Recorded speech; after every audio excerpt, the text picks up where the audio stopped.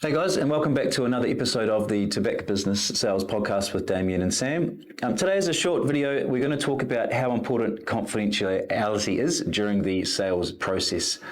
Now, there's a good reason why our cars aren't signed or written with Tabak Business Sales, is that the vast majority of our business transactions are in full confidence. You won't see many of our listings with the name of the business on it. We're very careful, and that's for two main reasons: is protect customers and protect the staff. It's a very important part of our role, isn't it? Absolutely. Well, a part of, with every business sale, the business is selling its stock, it's selling its plant and equipment, and it's selling its intangible assets. And a word that is commonly used for intangibles is goodwill. We don't think that goodwill really adequately describes the assets that are within the business, like the staff, like the systems, like the ongoing cash flow. They are very, very strong assets. They're not just some amorphous goodwill number that means nothing, but that's by the by. So they're selling their intangibles, and a big part of the intangibles value is the staff, and it is the client base. And if either of those, and look, a lot of people don't like change. Particularly a lot of people who aren't business owners. They just want to go to work, do their job, get their pay at the end of the week, and turn up again the next week.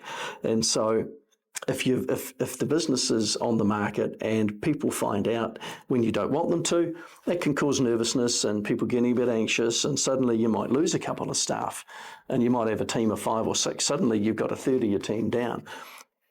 And really, everything has to go on hold until you bring back up your capability to get to the point where you can kick on and we can resume the sale process. So confidentiality is important in that regard.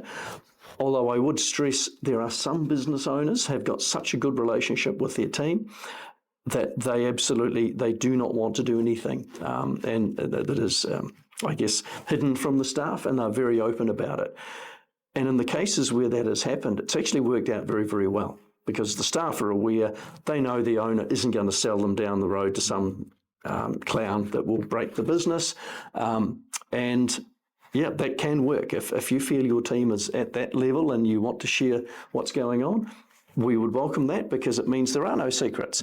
But as Sam says, 90 to 95% of the business sales that we broker, they are done in confidence, and the staff hear of it generally is when the new owner is being introduced.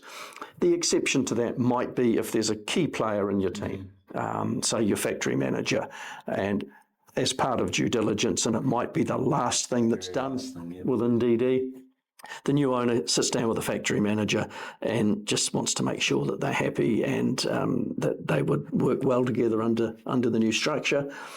I have never seen those conversations not work, and so that can occasionally happen as well. But mostly it's the staff are introduced to the new owner after the deal has been confirmed, and everyone just gets on, and it's all tickety-boo. And look, and it's a conversation we have in our first meeting with the business owner, is that, are your staff aware?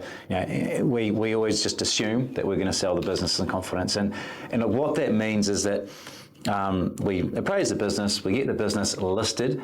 When it goes to market, we are then putting out a generic flyer to our buyers database. That's our first step. So we're not advertising it on the back of a bus or on Facebook. We're literally going out to our discrete buyers database. We are not naming the business, though. We are saying it could be a manufacturer or an engineer. Will have some very sort of good facts about the business, why it's a great opportunity. There may be some numbers. This is what we think the business is valued at. This is what the earnings are, but we never name the business, and all our vendors have to approve that flyer to us in writing before it goes out to our database. And only then, when the buyers are interested in the business, they then sign an NDA, which we keep on file. It's then our role to actually vet those buyers to make sure they're genuine and to make sure that they're going to get, because then they're going to get full information. So then we want to make sure they're not going to do anything silly with that information. If it's a competitor, for example, we're then going to go straight to the vendor and go, are you happy with this person getting the information? So we're as careful as we can be with that information. However, you always have to plan for the worst, don't you? Because it can leak. It does happen. There have been the occasional times, and they've probably been on the fingers of one hand over 20 years, but it can happen.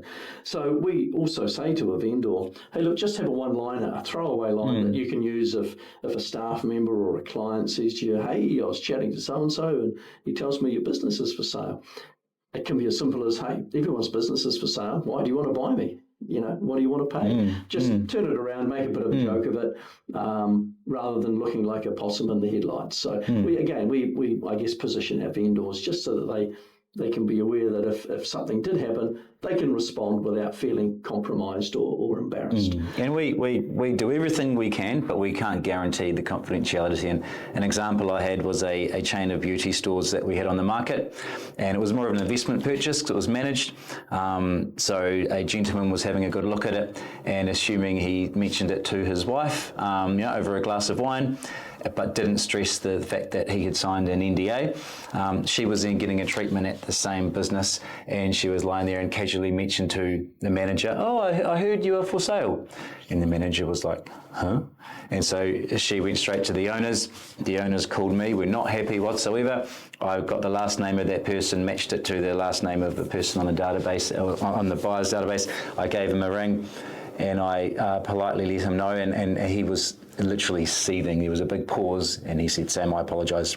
I will talk to my wife. And I thought that poor wife was going to get a bit of an ear bashing, but she should not have leaked it. But we had discussed with the vendors a plan, because this has about 40 staff. They already had a plan in place. As soon as they found out, they sat down with the manager and explained things, and we managed to nip it in the bud straight away. Long story short, the business was sold and is still cranking along. But we just say, hope for the best, plan for the worst. As you said, have a plan in place and a one-liner, something to say, or have a plan to go to your staff if all of a sudden it gets leaked. People could read the flyer and they may figure out that it's the business. It can happen.